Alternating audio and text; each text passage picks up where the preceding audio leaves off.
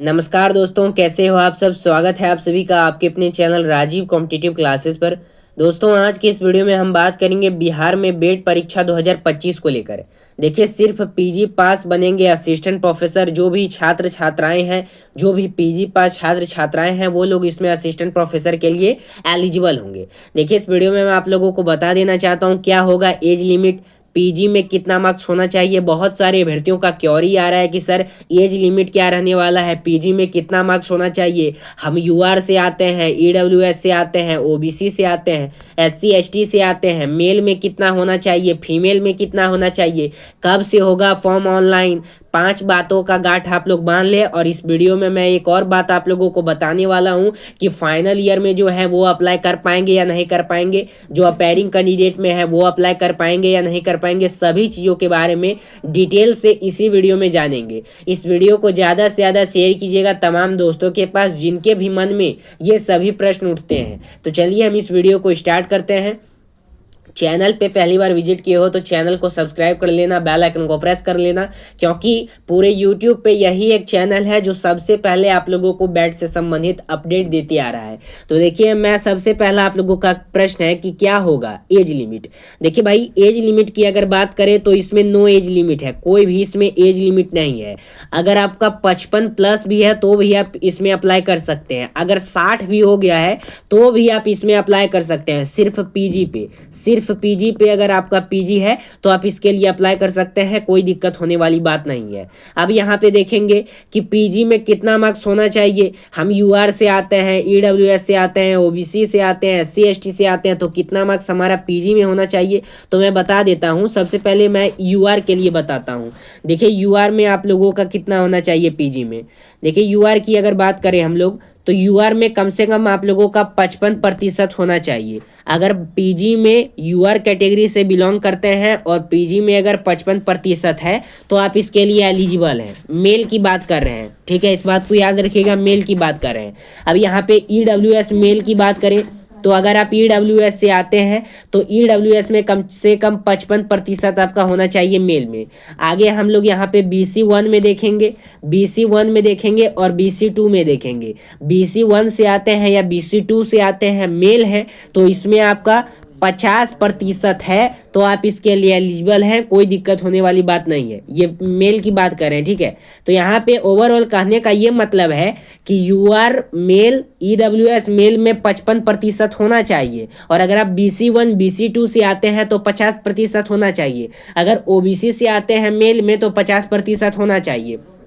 अगर यहाँ पे हम SC ST की बात करें तो SC ST में 50% आपका होना चाहिए मेल में, तो आप इसके लिए एलिजिबल हैं।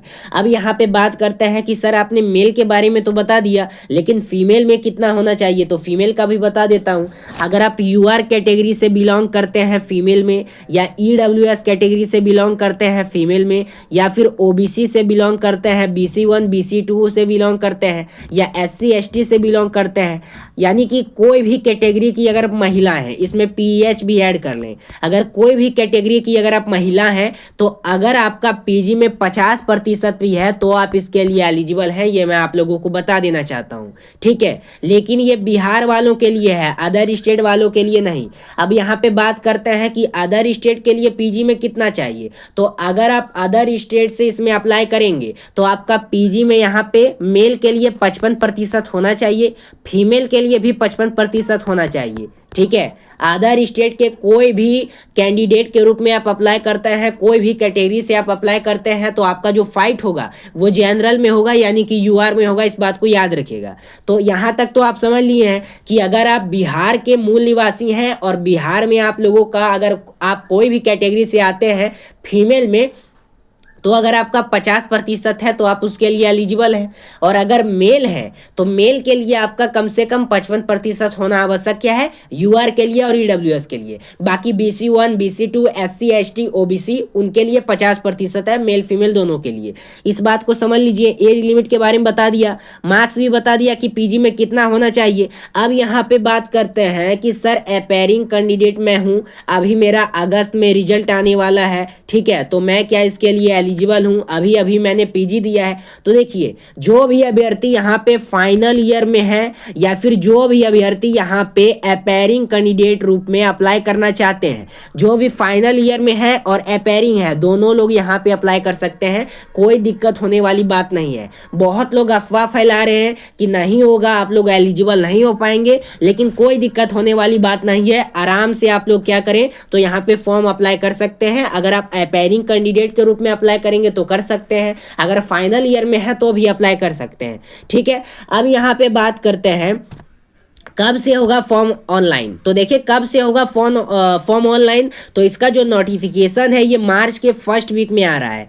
मार्च के फर्स्ट वीक में या फिर आप लोगों का फरवरी के लास्ट वीक में या मार्च के फर्स्ट वीक में इसका आप लोगों का ले लिया जाएगा। ठीक है, इसका नोटिफिकेशन आउट कर दिया जाएगा और नोटिफिकेशन आउट करने के बाद इसका जो आप लोगों का एग्जाम होगा ये मई में ले लिया जाएगा। लेकिन आपके पास टाइम बहुत कम है, अभी से तैयारी करना स्टार्ट कर दीजिए।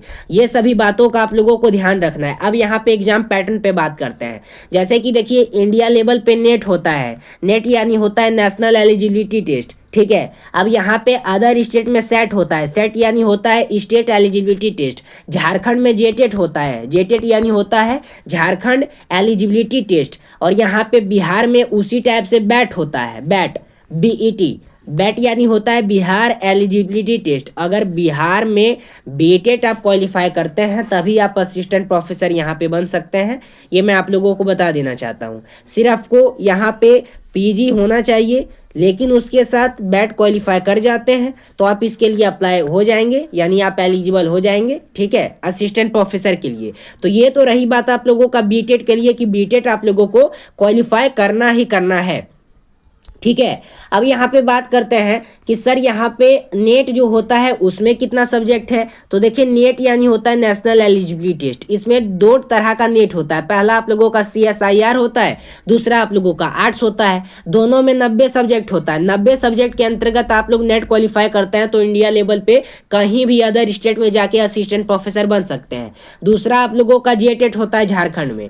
जेटेट यानी होता है झारखंड एलिजिबिलिटी टेस्ट। इसमें आप लोगों का कम से कम यहाँ पे आप लोगों का यहाँ पे 43 सब्जेक्ट होता है। 43 सब्जेक्ट अगर आपका है तो आप जेटेट के लिए अप्लाई कर सकते हैं।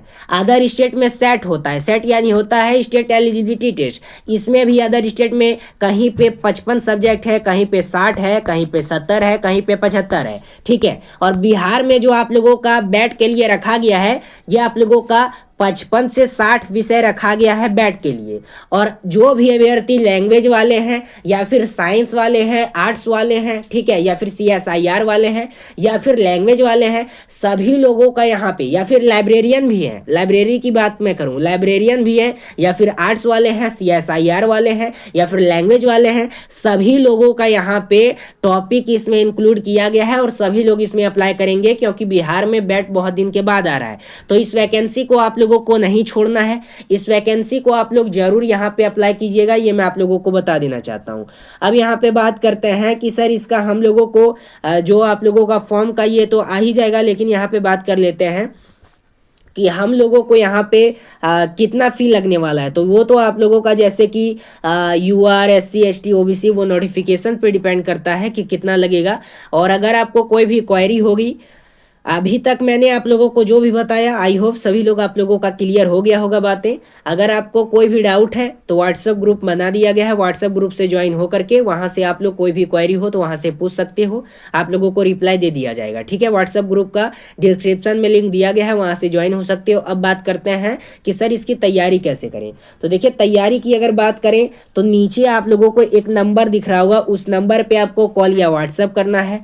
मात्र 199 रुपये में आप लोगों को टोटल नोट्स मिल रहा है प्लस कोर्स मिल रहा है। पेपर 1 का 199, पेपर 2 का 199, मात्र 199 में टोटल नोट्स आपको मिल जाएगा। अगर कोर्स लेना चाहते हैं कोर्स ले लीजिए, नोट्स लेना चाहते हैं नोट्स ले लीजिए और अपनी तैयारी को सफल बनाइए। तो नीचे जो आप लोगों को नंबर दिख रहा है उस पर आप जरूर विजिट कीजिएगा, एक बार जरूर कॉन्टैक्ट कीजिएगा और जो मैंने आप लोगों को व्हाट्सएप ग्रुप बताया है उसको आप लोग जरूर ज्वाइन कर लीजिएगा। नीचे जो नंबर दिख रहा है उस पर कॉल या व्हाट्सएप जरूर कीजिएगा और नोट्स परचेज करके आप अपनी तैयारी को सफल बनाइएगा। धन्यवाद दोस्तों। अगर आपका कोई क्वेरी होगा तो आप लोग कमेंट में बता सकते हो। फिर मिलते हैं कोई अगले अपडेट के साथ। चैनल पे पहली बार विजिट किए हो, चैनल को सब्सक्राइब कर लेना और अपने मित्रों के पास इस वीडियो को जरूर शेयर करना।